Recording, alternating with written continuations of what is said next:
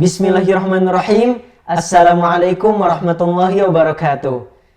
Alhamdulillahirabbil alamin. Assalatu wassalamu ala sayyidil mursalin wa ala alihi wa sahbihi ajma'in. Amma ba'du.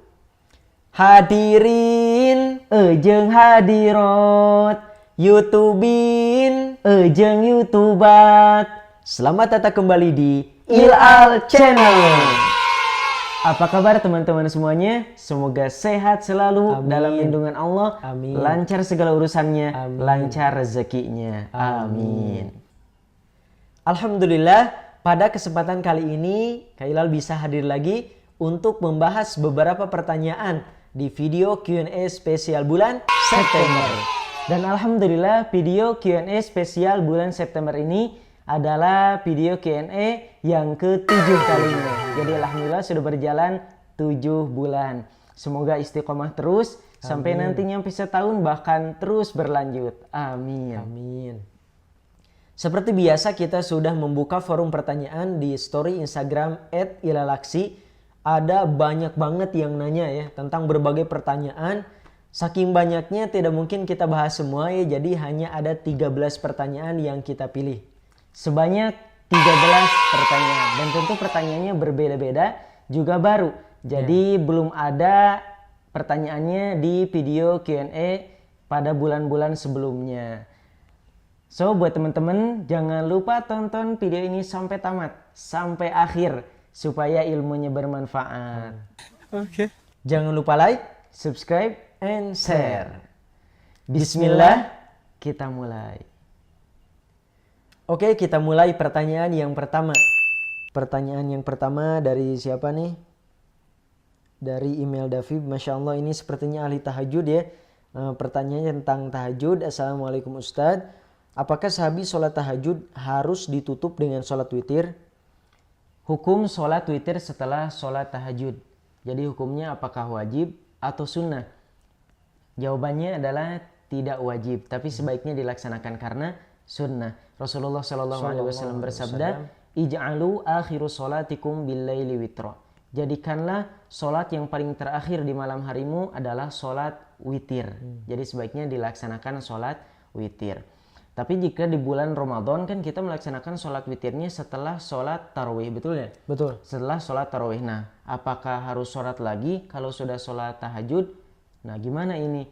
Jawabannya adalah tidak perlu diulang lagi. Iya.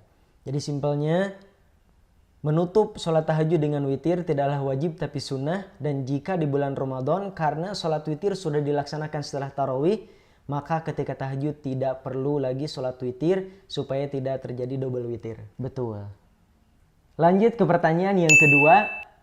Ini pertanyaannya dari Risa Septiani _ Assalamualaikum Ustadz, kalau misalkan kita baca postingan tentang ghibah, ikut dosa enggak ya?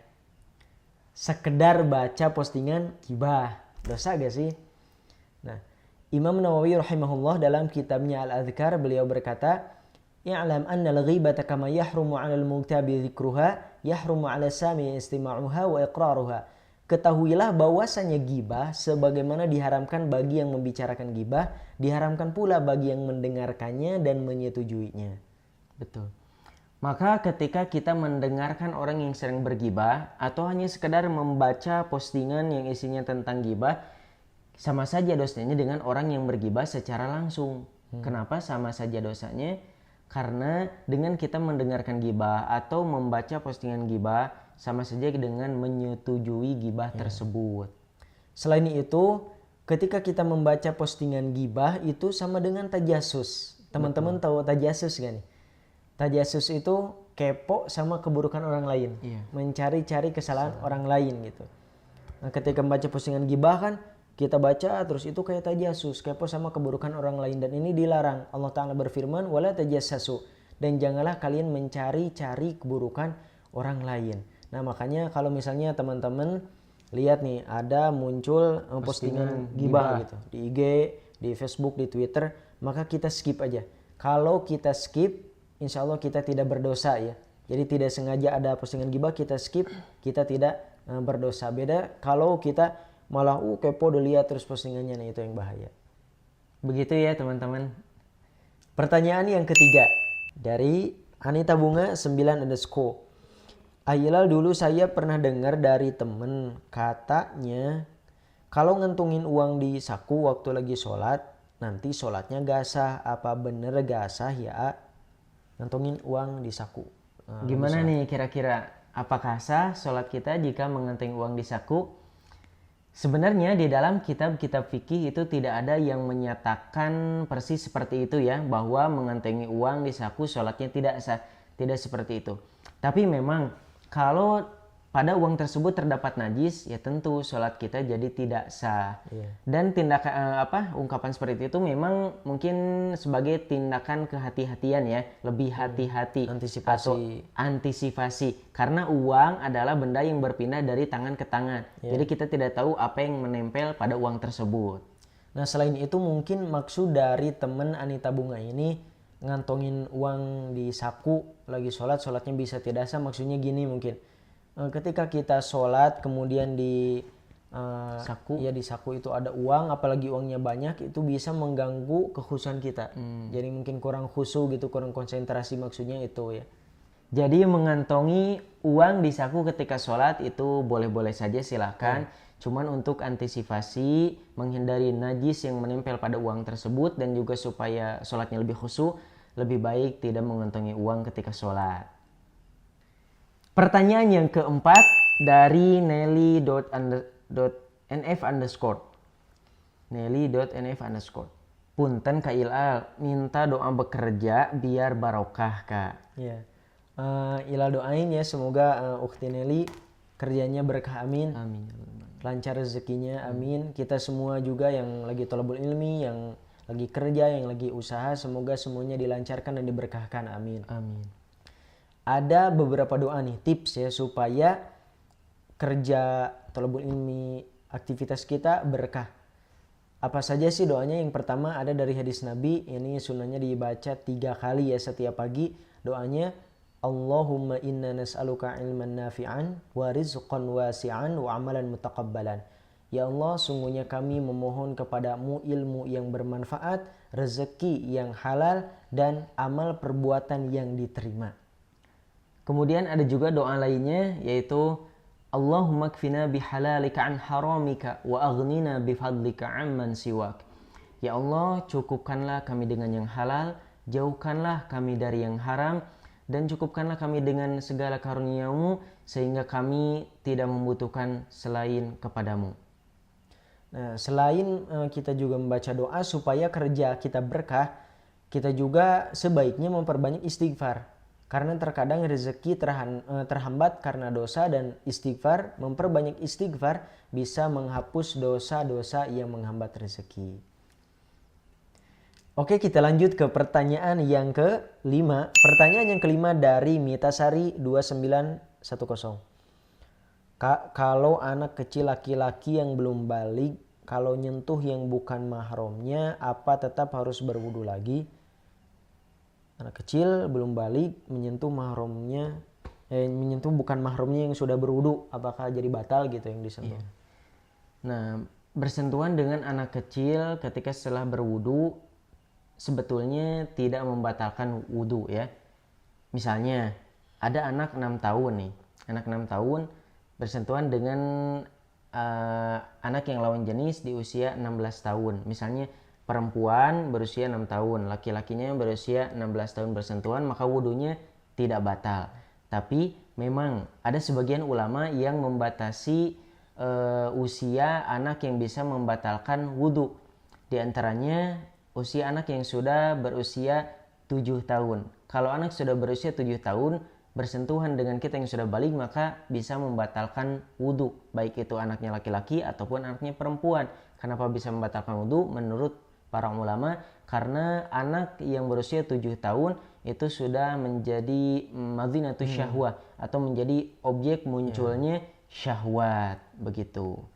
Namun tentu pendapat yang paling sahih, pendapat yang paling akurat tentang masalah ini kembali lagi kepada urf atau kebiasaan manusia setempat. Soalnya kebiasaan manusia di berbagai tempat itu berbeda ya. Standar standar muncul syahwat anak-anak itu berbeda. Mungkin ada di sebagian tempat yang rata-rata anak-anak di sana itu muncul syahwatnya lebih cepat. Biasanya sih itu di daerah perkotaan gitu ya. Iya. Tapi ada juga tempat-tempat lain mungkin yang rata-rata di sana anak-anaknya itu lambat muncul syahwatnya. Biasanya itu daerah-daerah pedesaan gitu, pegunungan ya. Jadi ketika kita sudah mempunyai wudhu, sebaiknya tidak bersentuhan dengan anak kecil yang sudah berusia 7 tahun. Meskipun anak tersebut belum balik atau belum muncul syahwat ya. Sebagai bentuk ihtiyat atau sikap kehati-hatian kita. Antisipasi begitu. Pertanyaan yang keenam dari Mawanoviana _07. Misal tidak ada keran air untuk berwudhu. Apakah boleh wudhu langsung di bak kolam kamar mandi? Udah gak ada keran, gak ada gayung juga, mau wudhu bingung gimana sih wudhunya. Nah kalau kayak gini gak ada keran, gak ada gayung, kita mau langsung wudhu gitu dari bak, maka wudhunya dengan cara iktiraf. Iktiraf. Apa itu iktiraf? Iktiraf itu adalah menjadikan tangan kita sebagai gayung atau sebagai wadah untuk mengambil air ketika berwudu. Ya. Iktiraf, seakan-akan tangan kita ini jadi migrofah ya, jadi gayung. Gitu. Nah gimana sih caranya? Sebelum wudu wajib niat dulu, wajib niat iktiraf. Gimana niatnya? Nawaitul iktiraf. Seperti itu saya sudah cukup. Nawaitul iktiraf lillahi ta'ala boleh. Nawaitul iktiraf. Sebelum wudu ya, sebelum memasukkan tangan ke bak tadi, ke bak air. Sebelum wudu wajib. Kalau misalnya airnya itu di bawah 2 kula. Tapi kalau airnya di atas 2 kula maka tidak wajib berniat iktiraf. Jadi kita bisa langsung saja wudu kalau airnya di atas 2 kula. Seperti di kebanyakan masjid-masjid biasanya baknya itu kan besar-besar ya. Pasti Gede-gede lebih dari 2 kula, jadi bisa langsung saja berwudu. Kita juga pernah sih waktu di pesantren gitu ya. Iya. Waktu di pesantren dulu. Pesantren yang Tarogong gitu. Bukan yang di Darussalam. Jadi pesantrennya itu di depan masjid ada kayak bak ya, bak gede gitu. Bak gede.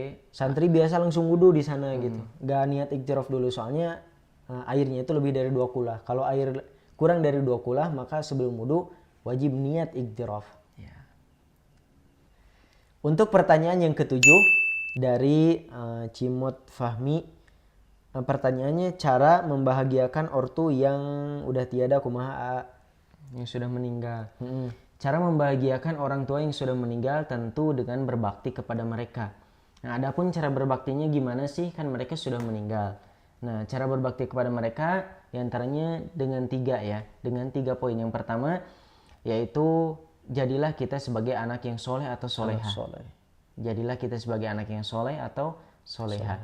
Imam Abu Layth berkata, li'annahu la yakunu syai'un ahabba ilaihima min silahihi.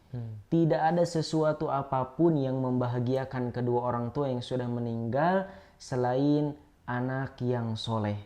Jadi ini poin yang pertama adalah poin yang paling membahagiakan kedua orang tua. Anak yang soleh. Kenapa paling membahagiakan? Karena pada kenyataannya ruh atau mereka yang sudah meninggal bisa melihat kelakuan dan keadaan para keturunannya. Kalau anak cucunya soleh-soleha, pada baik, maka mereka akan bersyukur bahagia. Tapi kalau anak cucunya tidak soleh, tidak taat, buruk akhlaknya, maka mereka akan menangis menderita. Na'udzubillahi min dzalik. Kemudian cara yang kedua untuk berbakti kepada orang tua yang sudah meninggal yaitu dengan menjaga tradisi kebaikan yang biasa mereka lakukan dan juga menjaga hubungan baik yang telah mereka jaga. Jadi kalau misalnya orang tua kita biasa ngelakuin kebaikan apa, kita teruskan. Kita jaga tradisi kebaikan mereka. Kemudian kalau misalnya orang tua kita baik sama siapa, sama kerabat-kerabatnya, sama sahabatnya, hubungannya baik, kemudian sama kenalannya, kita juga teruskan hubungan mereka. Hubungan baik mereka kita teruskan supaya menjadi amal jariah bagi mereka. Dan poin yang ketiga untuk membahagiakan kedua orang tua yang sudah meninggal yaitu dengan melakukan amalan yang melindungi mereka dari azab juga menambah pahala mereka seperti memohonkan ampun, berdoa, dan bersedekah atas nama mereka.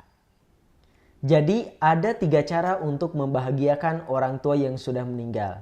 Cara yang pertama, menjadikan diri kita sebagai anak yang soleh soleha. cara yang kedua, Dengan terus melanjutkan kebaikan kedua orang tua dan juga menjaga hubungan dengan orang-orang yang mereka kenal. cara yang ketiga, Dengan melakukan amalan yang bisa melindungi mereka dari azab atau menambah pahala mereka. Pertanyaan ke-8 dari Muhammad Siddiq _ 27.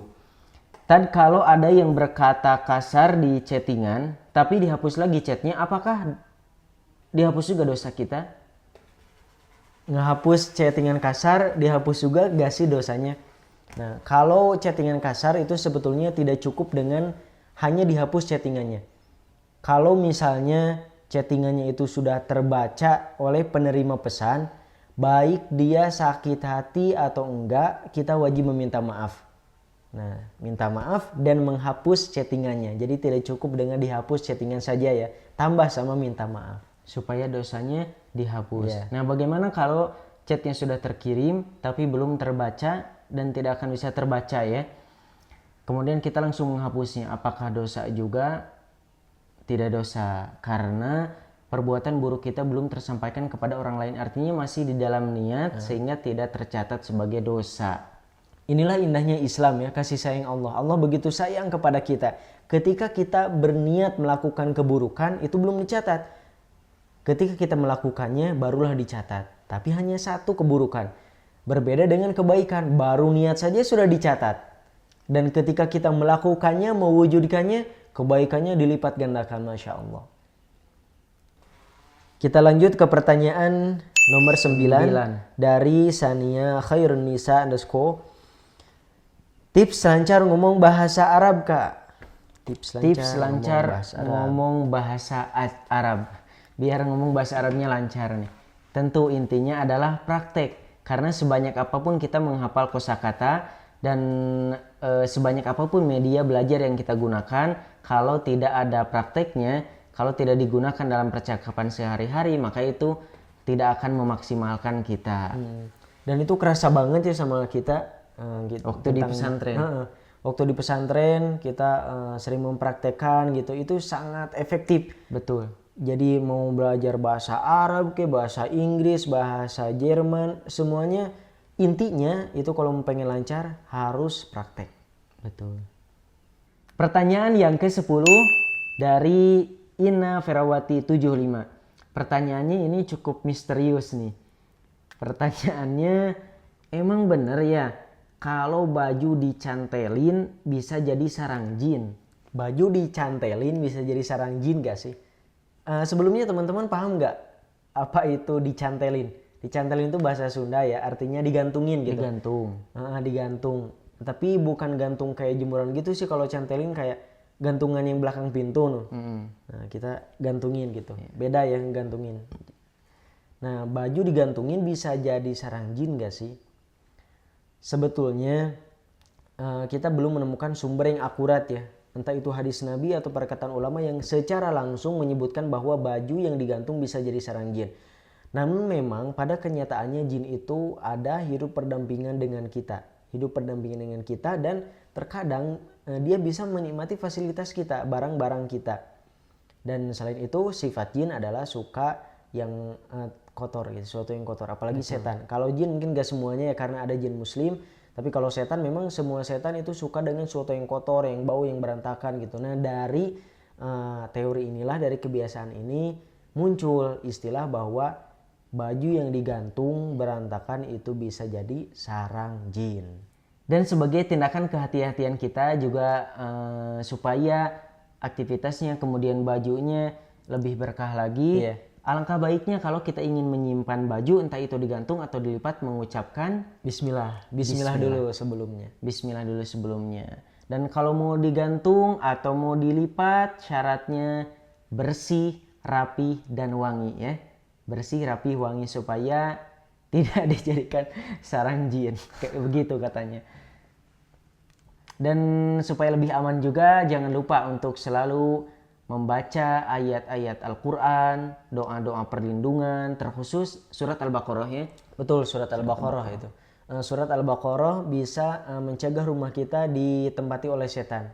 Setan ketika kita membaca surat Al-Baqarah mereka langsung berlarian. Jadi sebaiknya kita rutinkan tuh di rumah baca surat Al-Baqarah. Meskipun kita tidak kuat ya kalau semua surat Al-Baqarah langsung dibaca gitu.